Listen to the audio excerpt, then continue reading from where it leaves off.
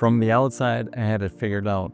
A business doing $500,000 a year, good clients, steady income, home by 5 to be with my kids. But the truth, even with $500K a year coming in, I felt trapped. Like I was moving between two cages every day, one called work and the other called home. It all started when we lost a key employee. Clients followed him out the door and the economy was tightening. I panicked, so I hired a high-priced coaching program, poured thousands into ads, and became obsessed with efficiency, systems, and scaling. And at first it worked. But in fixing my business, I broke myself. I turned into a machine. At work, all logic. At home, emotionally empty. My wife felt it. She started seeing someone she didn't recognize. Someone who snapped at her over small things. Someone who couldn't just be there. The real wake-up call? One afternoon, she asked me to help with our bookkeeping. Instead of saying yes, I snapped. I have more important things to do. And then I questioned if we were even on the same path anymore. She cried that day, not over bookkeeping, but because her husband was gone. That's when I realized the true cost of becoming a business machine wasn't money. It was losing connection with the person I loved most. And if I'm honest, this wasn't just about the coaching program or the stress. I'd had this problem for years, not really listening at home. Two things were happening. First, familiarity. I thought I already knew what my wife was going to say, so I tuned out. Second, I had no emotional capacity left after work. I gave everything to clients and the business, and she got the distracted, depleted version of me. She deserved so much better than that. And there was something else too.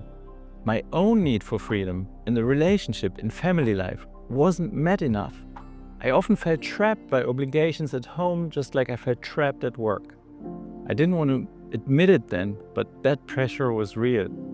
Now, as we live through this separation year that might or might not end in divorce, I'm feeling a kind of freedom I haven't felt in a long time. And I can't ignore what that says about the way I was living before. It's confusing, honestly. On the one hand, I'm grieving what we've lost. On the other, I'm noticing space I didn't have before and asking myself what I want to build differently this time. Out of that tension, I started making some decisions. I quit the expensive coaching program. No more chasing someone else's playbook. My wife is preparing to leave the agency and find her own work. We need to separate business from marriage. I'm in the process of rebuilding my business model. Fewer clients, higher profitability, productized services. But let me be clear, this is not finished. This is my journey. I'm still figuring it out. I don't know if my marriage will survive. I don't know if my new business model will fully work. I'm sharing this as I live it, not after the happy ending. Here's what I've learned so far. The gap between who you are and who you think you need to be as a business owner, that gap will kill everything you care about if you let it.